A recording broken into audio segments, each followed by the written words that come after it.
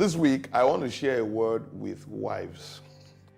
Let's read from the book of 1 Peter chapter 3, verse 5 and 6. The Bible says, "For in this manner, in former times, the holy women who trusted in God also adorned themselves, being submissive to their own husbands, as Sarah obeyed Abraham, calling him Lord, whose daughters you are, if you do good and are not afraid with any terror." You see, I once invited a group to minister in songs in our church, and it was an amazing time with them, great group. After the service, I went to visit them in their hotel room for a time of fellowship. So I decided to ask who the leader of the group was, and the person who I knew to have pioneered the group answered and said, "There is no leader, we're all leaders and we're all followers." I knew instantly there was a great problem because I tried even talking him into defining leadership within the group, but it fell on deaf ears, and surely after some months, that wonderful group fell. It didn't fail because it wasn't ordained of God. It failed because they lacked order. Where there is no order, failure becomes inevitable. You see, God always gives the vision for a group to a committed person and never to a committee.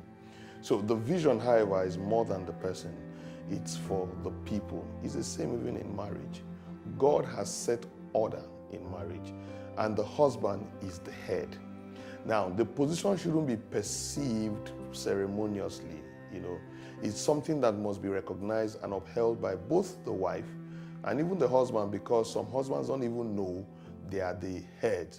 Now, if you see our text, it tells us that women who place their hope in God for anything have a way that they adorn themselves. Now, to adorn actually means to decorate by putting in order. If you want to adorn something, you decorate that thing by putting that, by putting in the right order. So, dear wife, I have a word for you this week. The heart of the matter is actually your heart, not your hips, not lips and face.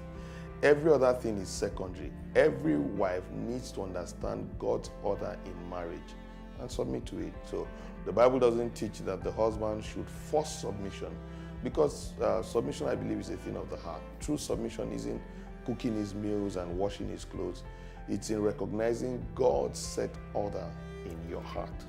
So never try hard to take a position God hasn't placed you.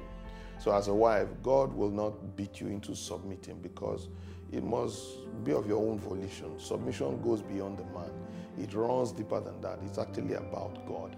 So you have to recognize God's order in your marriage and for your marriage and submit to it.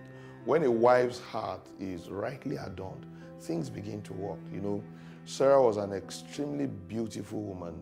If you looked at her physical appearance, the Bible tells us that even kings wanted her. But it was the year that she acknowledged Abraham and called Abraham my Lord, as seen in Genesis 18, verse 12 to 15, and you see it in chapter 21, verse 1 to 3. When she acknowledged Abraham as my Lord, that was the same year that Isaac was born to her. So, dear wife, I just want to share with you this week, your greatest desires are born in being submissive and not in doing submission. There's a difference.